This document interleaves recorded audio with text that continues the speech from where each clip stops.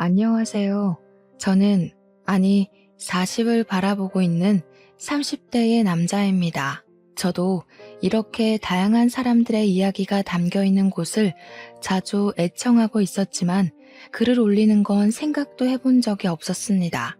하지만 저에게 일어났던 지난 과거의 이야기가 시청자님들의 속을 시원하게 풀어드릴 수 있을 것 같다는 느낌을 받아 사연을 올리게 되었습니다. 옛날에 부모님께서 저에게 그런 말씀을 해주신 적이 있습니다. 죽을 때까지 믿을 수 있는 친구 한 명 곁에 두고 있는 게 진정한 복이라고요. 저 또한 그런 친구가 있고 그 친구가 제 인생을 아주 뒤바꿔 놓는 데에 큰 역할을 해준 친구라 이렇게 사연으로서 고마움을 전해보려고 합니다. 글을 쓰다 보면 울컥울컥할 타이밍도 있을 것 같긴 한데 최대한 덤덤하게 잘 풀어내도록 노력하겠습니다. 위에서도 말씀드렸듯이 저에게는 서로 힘들 때 옆에 존재한다는 것만으로도 위안이 되는 친구가 한 명 있습니다. 처음에는 이렇게까지 살갑게 맞이할 수 있는 친구는 아니었지만 어떠한 계기로 인해서 친해지게 되었습니다. 저는 소위 말하는 개천용으로 가난한 집안에서 공부머리 하나는 기가 막히게 태어나 전교권이 아닌 전국권에서 우수한 성적을 자랑하던 학생이었습니다. 다 쓰러져가는 집안 형편에 학원 한번 다녀본 적이 없었지만 정말 누구 말대로 교과서 위주로 공부했어요. 처럼 했더니 성적이 쑥쑥 올랐습니다. 물론 비싼 과외를 받는 친구들에 비해 각고의 노력이 필요하긴 했지만 공부를 하면 할수록 이해가 되고 성적이 오르니 제 스스로 만족도가 올랐습니다. 그렇게 열과 성의를 다해 공부를 했던 저는 당연히 수능에서도 우수한 성적을 냈고 당당하게 의대에 진학할 수 있었습니다. 제가 의대에 진학을 한 이유는 딱 하나였습니다. 가난한 이 달동네를 벗어나고 싶다는 열망, 오로지 그것이었습니다. 내노라 하는 명문대 의대에 진학을 하면서 저는 전액 장학금까지 거머쥐며 학교 생활을 시작할 수 있었습니다. 학교에 입학하는 날까지도 내가 최고다 하는 마음으로 스스로의 자존감을 올리며 학교에 첫 발을 디디게 되었습니다. 하지만 학교를 다니면 다닐수록 그 마음이 점점 무너져 내리게 되었습니다. 명문대 의대는 사교육에 목숨을 걸고 노력했던 친구들이 널려 있었기 때문이었습니다. 한마디로 공부 잘하는 애들은 널렸고 집안 좋은 애들도 널려 있었습니다. 저처럼 학원 한번 다니지 않고 과외 한번 한 적 없이 남들 풀다 버린 문제집을 주워다가 공부한 애들은 하나도 없더라고요. 중고등학교 때 유학을 다녀오지 않은 아이도 없었고 공부하느라 하루에 3시간씩 자는 애들은 널려 있었죠. 그런 아이들 사이에서 저는 점점 의기소침해졌습니다. 특히 조기 유학을 다녀온 아이들끼리 영어 발음을 가지고 지적할 때 저는 엄청나게 위축이 되었죠. 다들 강남에 50명 이상 되는 집들을 가지고 있고 차도 외제차를 턱턱 끌고 다니며 옷도 죄다 명품만 고집하는 애들 사이에서 저는 달동네를 벗어나지 못한 촌놈이었습니다. 물론 모든 학생들이 그랬다는 건 아닙니다. 유독 제 주위에 그런 애들이 많았던 것 뿐이었습니다. 제가 전국권 성적을 가지고 있었으니 어떻게 공부를 했나, 어떤 선생님께 과외를 받았나 궁금해서 다가온 친구들이었죠. 하지만 그 친구들의 관심은 곧 시들시들해졌습니다. 제가 아무 가난한 집에서 홀로 공부하며 버텨온 학생이었기 때문에 자기들 인생에 큰 득이 되지 않는다고 판단했겠죠. 그런 애들 사이에서 장학금을 받아봐야 뭘 하겠습니까?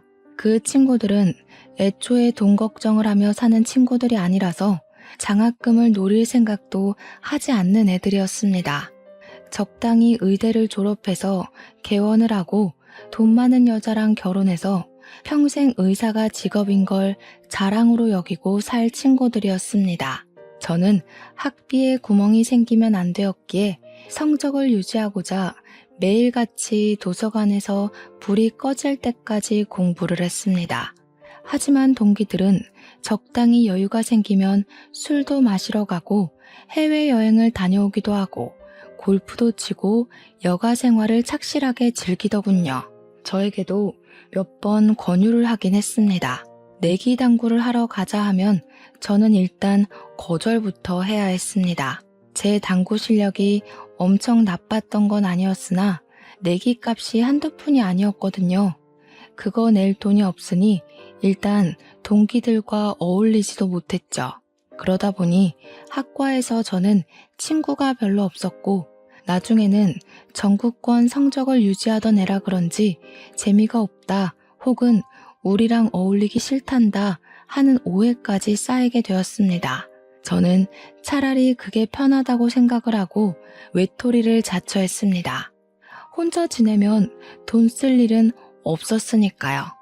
돈이 없어서 삼각김밥 하나 먹으면서 집중해서 공부를 할 때 그들의 눈에는 밥 먹을 시간이 아까워 대충 삼각김밥으로 허기만 달래고 공부하는 애로 찍혔습니다. 그래도 이 악물고 독하게 공부한 덕에 저는 장학금을 한 번도 놓치지 않았습니다. 또한 우수한 성적을 가지고 있었기에 의대를 졸업하고 전문의 과정을 정할 때에도 원하는 과에 진학할 수 있게 되었죠. 사실 저는 아픈 사람을 살리는 심장외과 의사가 되고 싶다는 꿈이 있었지만 그 자리는 돈이 되지 않는 자리였거든요. 결국 저는 돈이 되는 성형외과나 피부과로 마음을 굳혔고 고민을 하다가 결국 성형외과를 선택하게 되었습니다. 그때 동기들에게 욕도 먹고 시기 질투도 엄청나게 받았습니다. 하루 종일 공부만 하더니 결국 성형외과를 가는 거냐고 역시 돈이 최고지 하는 소리를 들어야만 했죠. 저에게 손가락질을 하는 무리들 속에서 유일하게 제 편을 들어주던 친구가 하나 있었습니다. 네, 그 친구가 저의 평생 친구나 다름없는 그놈입니다. 동기들 사이에서는 성격이 좋아서 인싸로 유명한 친구였는데 우연치 않게 저랑 군대도 비슷한 시기에 다녀오고 복학도 같이 한 친구였거든요. 수업도 몇 번 같이 듣곤 했던 그 친구는 진로를 결정하다가 결국 산부인과를 선택했었어요. 우연치 않게 주변에 있다가 동기들 사이에서 제 이야기가 나오는 것을 듣고 멈칫해 있는데 그 친구가 딱 제 편을 들어주더라고요. 유독 저에 대한 유언비어를 퍼뜨리는 친구에게 야, 경석이가 성형외과에 가든 말든 너희들이 뭘 보태줬다고 고나리 짓을 하냐? 하면서요. 제가 성형외과에 가게 된 것이 부러우면 너네도 놀지 말고 공부하지 그랬냐고 막 쏘아대더라고요.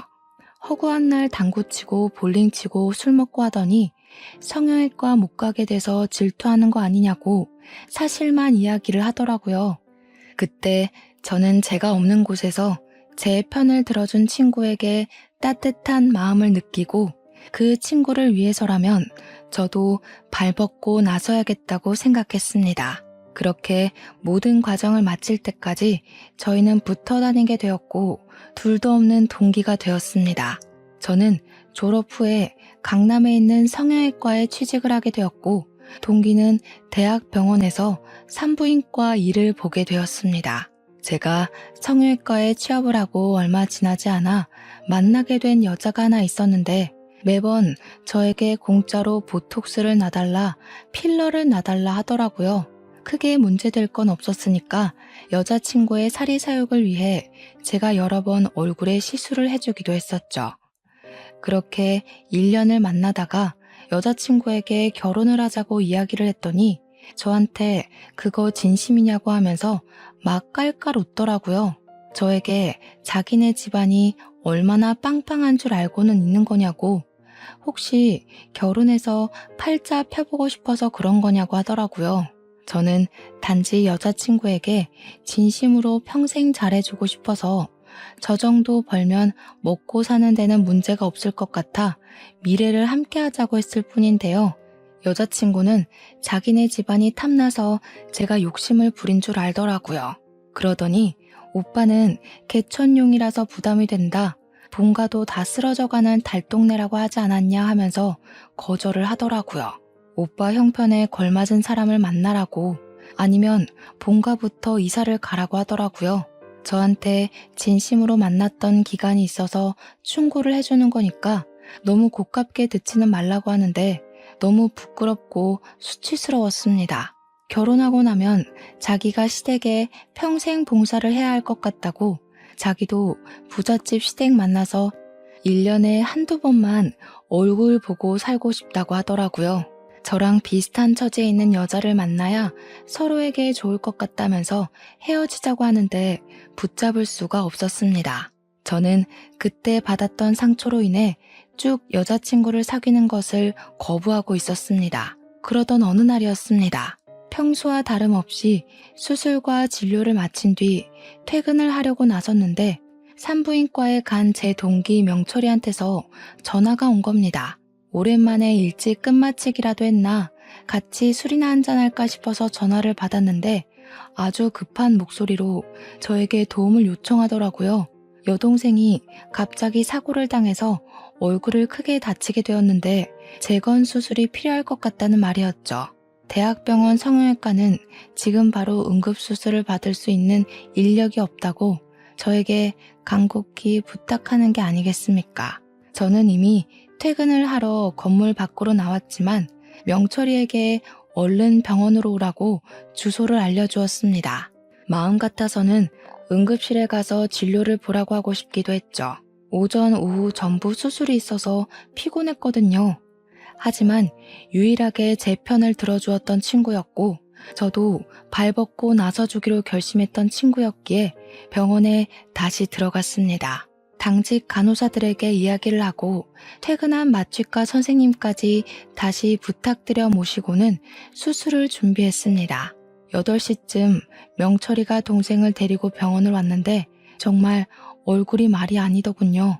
코는 옆으로 휘어져 골절이 있었고 눈꺼풀이 찢어져 있었고 얼굴뼈가 안쪽으로 살짝 함몰된 것 같았습니다. 정말 누가 쇠파이프로 얼굴만 때렸나 하는 생각이 들 정도로 심각한 상태였습니다. 정말 대수술이겠구나 싶어서 빠르게 준비를 했고 저녁 8시부터 수술이 시작되었습니다. 늘 저와 호흡을 맞추던 간호사들이 없어서 조금 불편하긴 했지만 베테랑들이라 그런지 금방 손발이 맞더라고요. 피가 많이 흐르고 있었기에 빠르게 지혈을 하고 마취에 들어갔습니다. 함몰된 뼈를 고정하고 패인 곳에는 실리콘을 넣고 휘어진 코를 조정하고 눈꺼풀이 찢어진 곳은 아예 쌍꺼풀을 새로 만들었습니다. 흉이 남을 것이 분명했던 자리였기에 최대한 가리기 위한 어쩔 수 없는 선택이었습니다. 얼굴형이나 모습이 확실히 실리콘을 넣음으로써 달라지긴 했습니다. 수술로 인해서 많이 붓긴 했지만 명철이 동생의 원래 얼굴을 아는 사람이라면 수술 자체는 성공적이었다고 말하고 싶네요. 수술이 전부 끝나고 나니까 무려 새벽 2시더라고요. 6시간을 꼬박 수술에만 매달린 것이었습니다. 저는 제 일을 도와준 간호사와 마취과 의사에게 진심으로 감사함을 전하고 미안한 마음으로 1인당 50만 원의 금일봉을 지급했습니다. 간호사들은 갑자기 생겨버린 수술에 불평을 하다가 50만 원이 입금되니까 바로 고생하셨다고 태도를 바꾸더라고요. 역시 돈이 최고지? 하면서 농담을 하고 명철이에게 수술은 성공적으로 끝났다고 이야기를 했습니다. 명철이는 진심으로 저에게 고맙다고 하면서 돈은 지불하겠다고 이야기를 했지만 저는 딱 잘라 거절했습니다. 명철이가 그래도 하면서 계속 우물쭈물하길래 내가 얼마나 잘 나가는 성형외과 의사인 줄 아냐고 했죠. 재건 수술하는 데만 몇 천만 원을 받는 의사인데 갑자기 그 돈을 어떻게 주겠냐고 마음만 받을 테니까 너도 나중에 나 필요할 때 한번 도와줘라 했습니다. 산부인과 의사가 뭐 해줄 게 있겠냐 하는데 나 결혼해서 아이 생기면 네가 받아주면 되겠네 했죠. 명철이가 막 웃으면서 너 연애 안 하고 비혼으로 살겠다더니 진심이냐 하더라고요. 그럼 나중에 술이나 한 잔 사라 하면서 여동생은 오늘 태어날 수 없다고 이야기를 했습니다.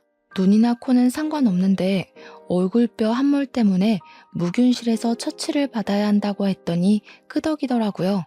당직 간호사들에게 부탁을 하고 저는 녹초가 되어 퇴근을 했습니다. 그 뒤로 출근을 하면 매일같이 무균실에 들어가서 명철이 동생의 상태를 확인했고 추가 수술은 필요가 없는지 잘 아무는지 지켜보고 있었습니다. 코가 골절이 된 부분은 보이지 않게 절개 수술을 했는데 안화골절은 어쩔 수 없이 볼에 흉터가 남았습니다. 저는 그 흉이 티가 나지 않도록 옅게 패인 부분은 흉터 치료를 하고 깊은 부분에는 보조개를 만드는 것이 어떻겠냐고 물어보았습니다. 명철이 동생은 끄덕였고 보조개 수술을 시작했고요. 그건 뭐 거의 시술이나 다름없어서 30분 안에 끝났습니다.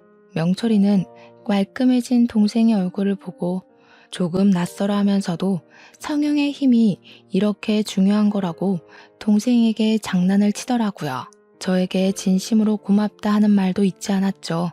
명철이 동생은 수술한 지 열흘 만에서야 퇴원을 할 수 있었고 얼굴에 멍이 많이 남아있어서 멍에 바르는 크림을 꼭 쓰라고 설명도 아끼지 않으셨습니다. 그 비용은 모두 제 개인비로 처리를 했기에 뼈아픈 손실이 당연히 일어났지만 명철이가 제 편을 들어줬었던 지난날을 생각하면 아깝지 않았습니다. 그날 이후로 가끔 가다 명철이를 만나서 술도 한잔하고 밥도 먹고 했는데 여동생이 정말 미인이 되어서 가끔 낯설기도 하다고 하더군요.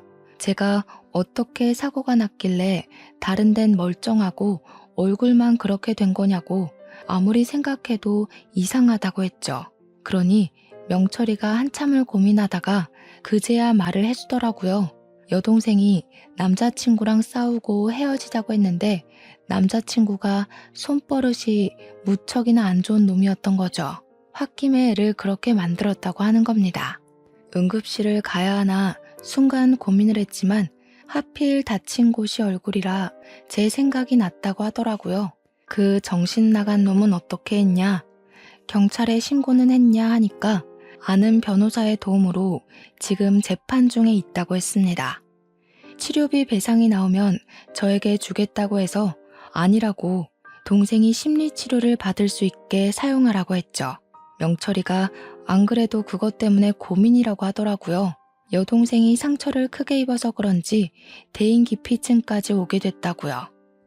지나가는 사람들이 갑자기 해코지를 할 것 같다는 느낌을 받아서 길거리도 못 돌아다닌다고 결국 미국으로 가서 잠시 지내다 오기로 했대요. 그러면 저 명은이가 너한테 꼭 고맙다고 전해달라고 했다고 하더라고요. 저는 당연히 의사로서 해야 할 일을 한 거라고 말은 했지만 이상한 놈한테 걸려서 그런 상처를 입은 명철이 동생이 좀 안타까웠습니다. 명철에게 위로의 말을 전하고 저희는 또 그렇게 바쁜 각자의 일상으로 돌아갔습니다.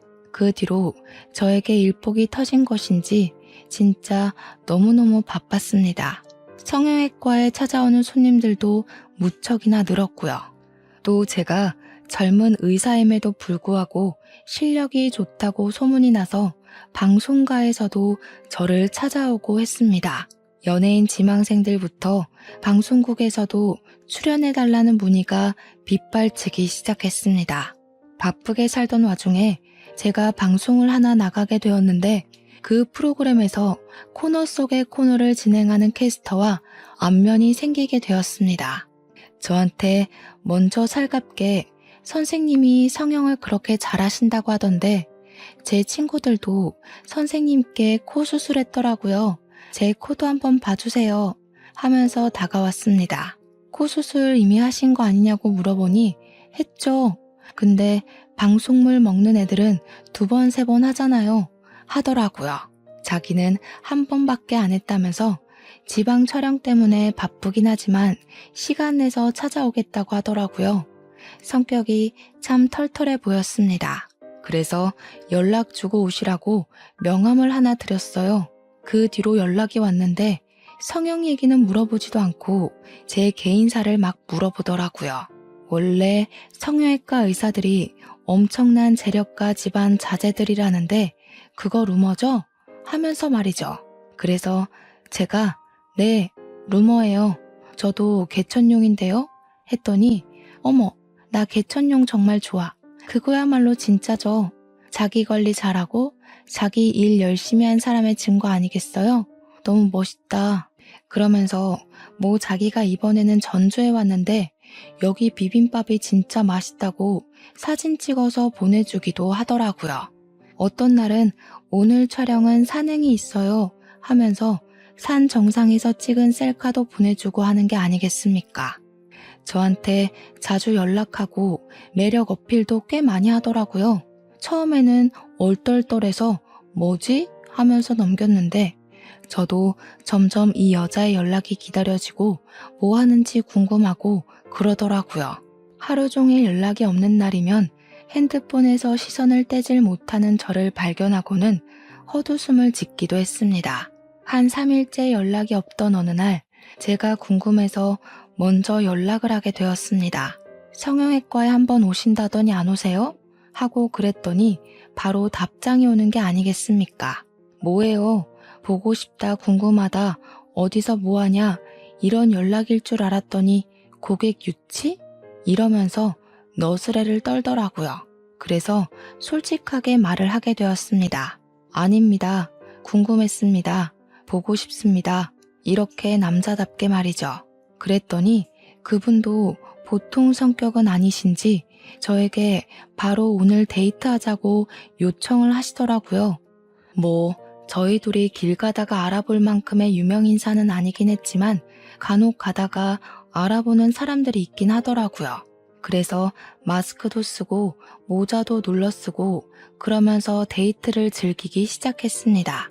저야 그냥 성형외과 의사라지만 그분은 방송인이니까 괜히 스캔들이라도 터지고 하면 그렇지 않겠습니까?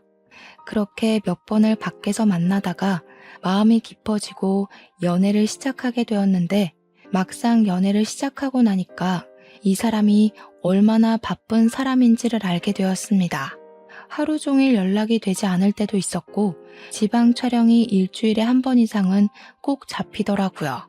보고 싶을 때 볼 수 없다는 사실이 조금 슬프게 느껴지긴 했지만 그만큼 제가 이 사람을 사랑하는구나 하고 깨닫게 된 계기도 되었습니다. 전 여자친구에게 한 번 크게 대인 이후로 여자를 믿지 않게 되었었는데 이 사람은 저에게 확신을 주려고 노력하는 사람이었습니다. 연락이 바빠서 안 될 때에도 나중에 꼭 사정을 설명해주고 지방 촬영을 가게 되면 꼭 사진을 보내줘서 확인을 시켜주었습니다.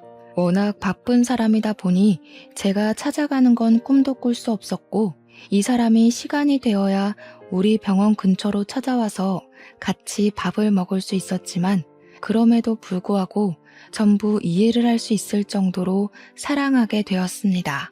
하염없이 기다려야 하는 입장이 썩 좋지는 않았지만 어린 왕자도 그런 말을 했었잖아요. 그 사람이 도착하기 1시간 전부터 기다려지는 그 설렘이 참 행복하고 좋더라고요. 프로그램을 하나밖에 하지 않는 방송인도 이렇게나 바쁜데 그 유명한 연예인들은 얼마나 바쁜 건지 상상하기조차 어렵더라고요. 그래서 과로로 쓰러지는 사람도 많구나 하면서 하나를 더 깨닫게 되었달까요? 하루는 여자친구의 연락을 기다리고 있었는데 저희 어머니에게서 연락이 도착했습니다. 평소에 급한 일 이외에는 연락을 살갑게 하지 않았던 터라 무심하게 웬일이시냐고 물어보니 어머니께서 침울한 목소리로 본인에게 큰일이 났다고 하시는 겁니다. 놀래서 왜 그러시냐고 하니까 어머니께서 지금 병원에 와 계신데 자기가 암에 걸린 것 같다고 이야기를 하시는 겁니다.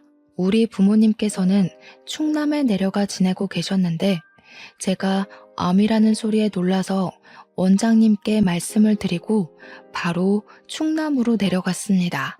집으로 찾아가 무슨 일이냐고 자세하게 말해달라고 하니 그제야 엉엉 우시면서 난소에 혹이 생겼다고 해서 그냥 혹인 줄 알았는데 난소암 판정을 받으셨다는 것이었습니다. 빠르게 수술을 해야 한다고 하는데 지역 근처 병원은 전부 예약이 꽉 찼다는 말을 하더래요. 거기다가 난소암 수술을 하다가 사고도 많이 난다고 무척이나 불안해하셨습니다. 이러다가 손주도 한번 못 보고 하늘나라에 가는 것 아니냐고 하시는데 그런 소리 하지 마시라고 했죠. 어머니를 안심시키기 위해 제가 의사 아니겠냐고 동기들 수소문해서 바로 알아보겠다고 했는데 명철이 생각이 딱 나더라고요. 명철이가 산부인과 의사였고 대학병원에서 일하고 있었으니까요. 바로 연락을 해서 명철이에게 너네 병원에서 진료를 좀 받을 수 있냐고 물어보니까 명철이가 저한테 결혼할 여자라도 생겼냐고 하더라고요. 축하한다면서 산정검사가 유행이니 뭐니 하길래 그게 아니라 우리 어머니께서 아프시다 말을 했습니다. 화들짝 놀라길래 난소암이라고 하는데 수술이 가능할지 모르겠다고 여기가 시골이라서 좀 알아봐 줄 수 있냐고 말했더니 바로 서울로 오라고 하더라고요. 서울에 와서 다시 한번 진단을 받아보는 게 좋을 것 같다고 해서 제가 사는 오피스텔로 부모님을 모시고 올라왔습니다. 원래 대학병원에서 진료를 받으려면 짧게는 한 달, 길게는 몇 년도 기다린다고 하더라고요. 근데 명철이가 너무나도 고맙게 본인 담당 교수님 스케줄을 변경해서 바로 예약을 잡아줬습니다. 제가 명철이에게 네가 진료를 봐줘도 되는데 라고 하니 자기는 아직 펠로우라고 수술을 하긴 하지만 그래도 권위자가 하는 게 좋지 않겠냐고 하더군요. 뭐 서울에 올라와서 CT도 찍고 피검사도 하고 여러 가지 검사를 마친 뒤 교수님을 배웠는데 저에게 지방 병원에서 난소암 3기라고 했냐고 의아한 표정으로 물으시더라고요. 그러면서 다시 보니까 1기 정도로밖에 안 보입니다. 아마 판독하다 실수가 난 것 같다고 차근차근 설명을 해주셨습니다. 수술은 바로 하고 꾸준히 항암 치료 받으시면 완치 가능성이 높으니까 겁먹지 마시라고 환자의 의지가 중요하다고 하시더라고요. 제가 감사합니다, 감사합니다 하니 교수님께서 저를 기억하신다고 하시더라고요. 경석이가 명철이네 학번 수석 아니었냐고 심장외과에 관심 있어 하더니 성형으로 갔다고 심장외과 김 교수가 아주 아쉬워했다고 하시면서요. 부모님 앞에서 수석 이야기를 꺼내주시니까 뭔가 뿌듯하더라고요. 기억해 주셔서 감사하다고 했더니 걱정하지 말고 마음만 편하게 먹으라고 스트레스 안 받아야 수술도 잘 되는 거라고 해주셨습니다. 그 뒤로 어머니께서는 바로 입원을 했고 기다림이 무색하게 정말 번갯불에 콩 구워 먹듯 수술까지 받을 수 있게 되셨습니다. 저도 의사이지만 이래서 인맥이 참 중요하다고 하는 거더라고요. 제가 정신이 없는 사이에 여자친구에게서 연락은 있었지만 한 번을 찾아오지 않았습니다. 저랑 그래도 꽤 오래 만난 사이고 우리 나이가 점차 차올라가니까 슬슬 결혼 이야기도 꺼내고 싶었거든요. 그런데 저희 어머니께서 대학병원에서 큰 수술을 한다고까지 했는데 수술에 관한 이야기도 어머니의 이야기도 꺼내지 않는 여자친구에게 좀 서운했어요. 찾아오는 건 무리여도 연락 한 통은 줄 수 있는 것 아닌가 하는 생각이 들었거든요. 그날은 오랜만에 병원에 연차를 내고 제가 어머니의 병실에서 병수발을 들고 있었던 날인데 어머니께서 TV를 딱 트시더라고요. 제 방송이 나오고 있었는데 제 여자친구가 진행하는 프로그램이 떡하니 나오고 있었습니다. 어머니의 반응이 궁금하기도 해서 어머니께 저 방송 진행하는 여자 어떤 것 같냐고 물어보니까 어머니께서 누구? 저 캐스터? 하시더라고요. 예쁘게 생긴 것 같지 않냐? 실제로 보면 더 예쁘다더라 하니까 어머니께서 피식 웃으시는 겁니다. 얘가 공부만 하느라 아무것도 모르는구나. 저 여자 예전에 엄청난 스캔들 하나 있었잖아. 뭐라더라? 무슨 대기업 회장이 스폰서라고 그랬나? 아무튼 누구 첩질한다고 난리 났었잖니. 저 여자가 원래 주부들 보는 프로그램에 죄다 출연했던 여자였는데 그 기사 하나로 완전히 인기 떨어져서 이 프로그램 하나 하잖아. 얼굴만 예쁘면 뭐해? 어이구. 저는 그 말을 듣고 머리를 한 대 얻어맞은 거 마냥 멍하니 아무것도 할 수 없었습니다. 제 여자친구가 다른 남자, 그것도 늑다리 기업 회장을 스폰서로 두고 있었다는 게 믿어지지가 않더라고요. 그 이야기를 들었는데 제가 어떻게 가만히 믿고만 있을 수 있겠습니까? 저는 바로 여자친구에게 만나자고 연락을 넣었습니다. 그러니 저에게 오늘은 조금 바쁘다고 이야기를 하더라고요.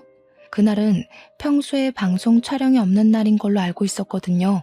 그래서 오늘 일정 없는 날 아니냐고, 방송이 나오는 날에는 생방 끝나고 집에 가는 거 아니냐고 하니까 오늘은 일이 아니라 개인적인 약속이 있다고 하더라고요. 아무리 개인적인 약속이라고 해도 어머니께서 암으로 고생하시고 있는 남자친구가 급하게 만나자고 하는데 거절을 하니까 좀 그랬습니다. 그럼 약속이 끝나면 만나자고 제가 한 수 물러서 이야기를 하니 언제 끝날지 모르는 약속이라고 말을 흐리더군요. 제가 밤 10시고 11시고 기다리겠다고 하니까 저한테 신경질적으로 바쁘다니까 왜 그러는 거냐고 이야기를 하더라고요. 순간 스폰서 이야기가 머릿속을 둥둥 떠다니는데 정신 나갈 것 같았습니다. 혹시 아직도 그런 짓을 하고 다니는 건 아닐까 하는 의심이 자꾸 스멀스멀 기어오르는 거죠. 가끔 가다가 밤에 연락이 안 되던 날도 있었고 여자친구가 만나자고 하는 날에만 겨우 만날 수 있었던 것들이 생각나더라고요.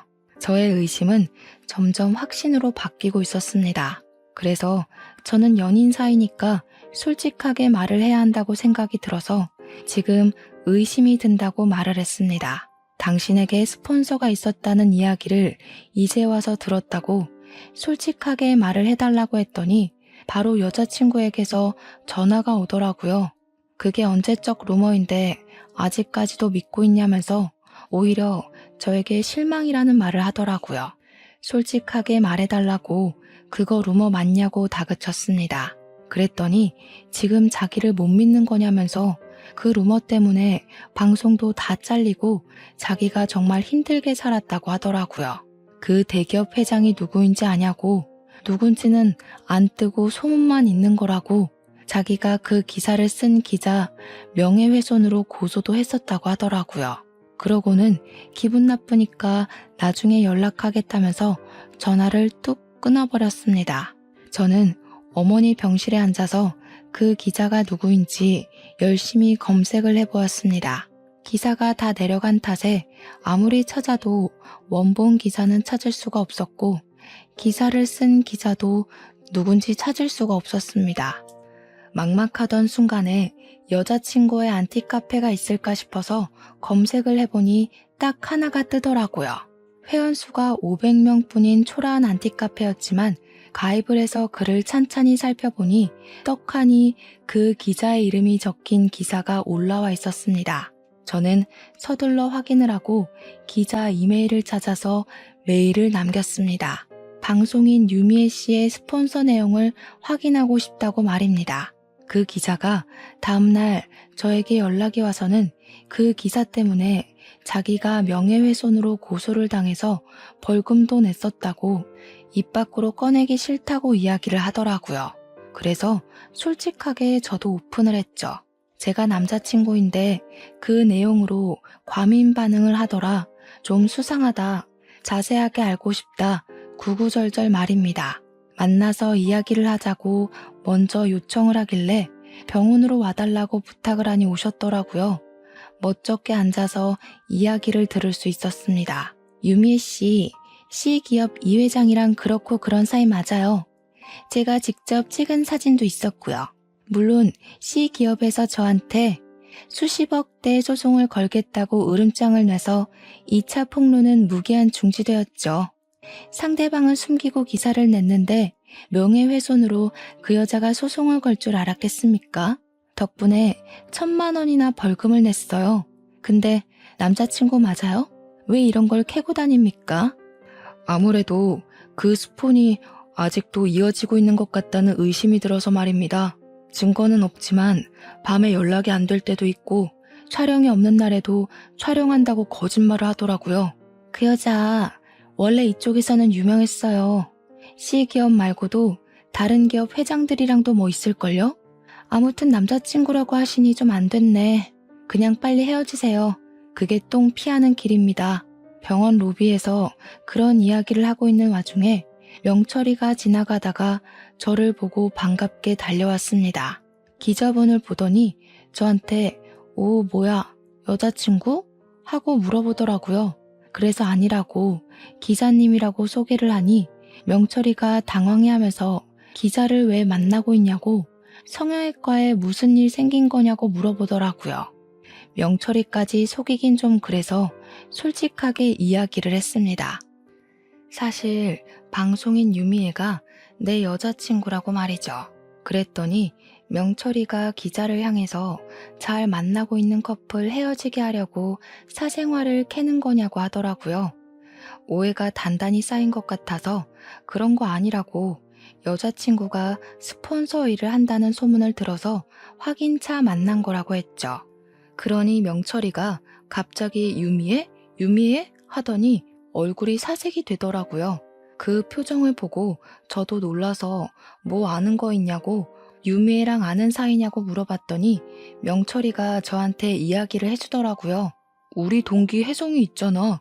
혜성이가 몇 년 전에 산부인과를 개업했는데 거기 단골 손님이거든.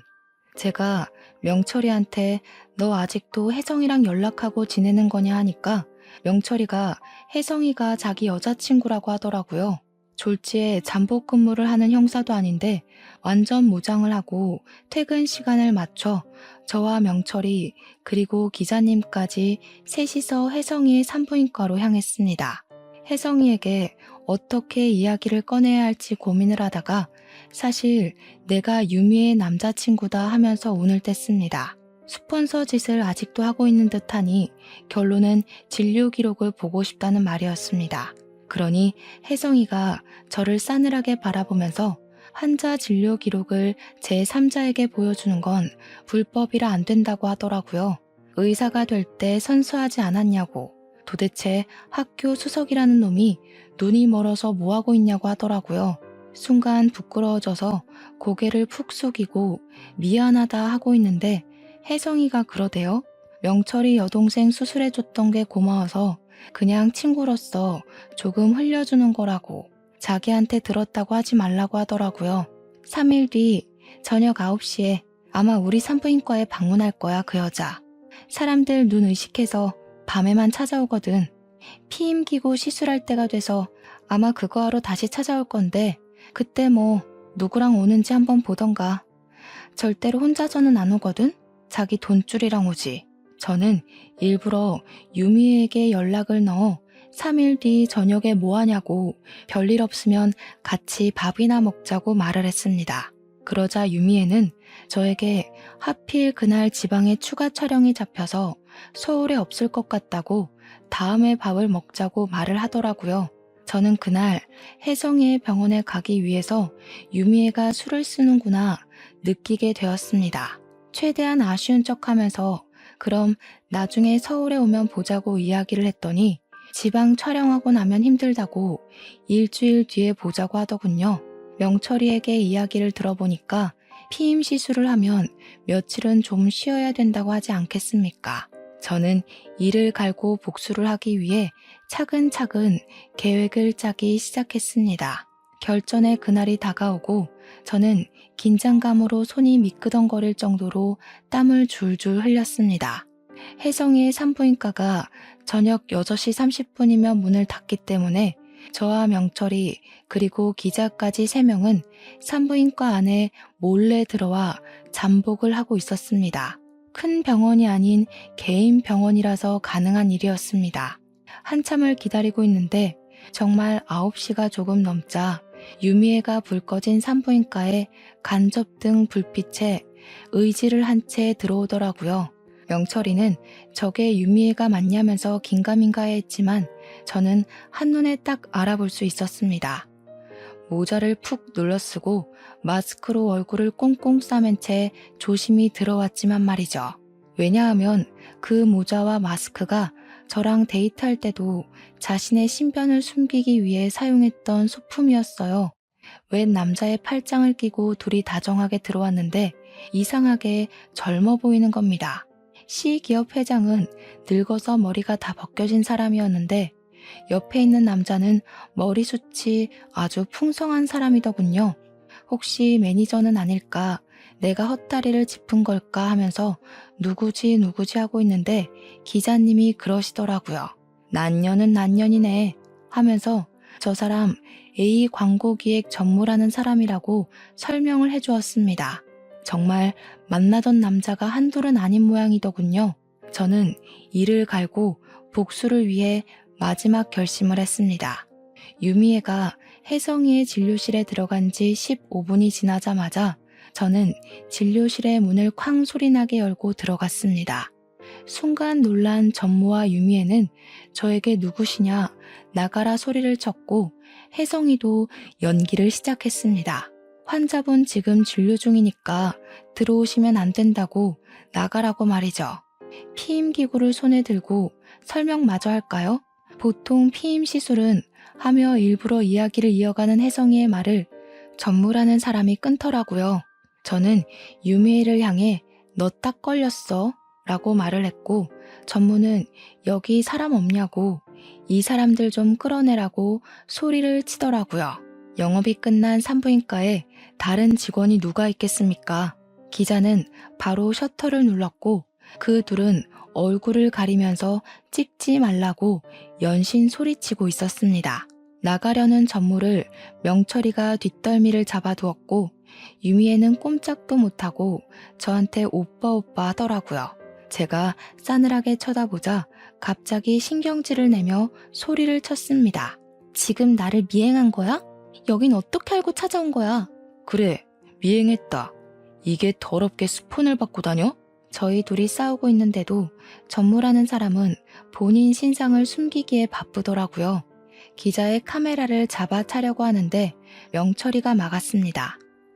유미애는 저에게 오해하는 거라고 이야기를 했지만 저는 피임기구를 가리키며 저게 어떻게 오해냐고 했죠. 피임 시술에 대해 이야기하는 걸 다 들었는데 다른 남자랑 떡하니 나타나서 뭐 하는 거냐며 유미애의 뺨을 치려고 했습니다. 그러자 혜성이가 저를 말리더라고요. 환자분 지금 임신 초기 상태라 안정을 취해야 합니다. 폭력을 쓰시면 경찰 부를 거예요.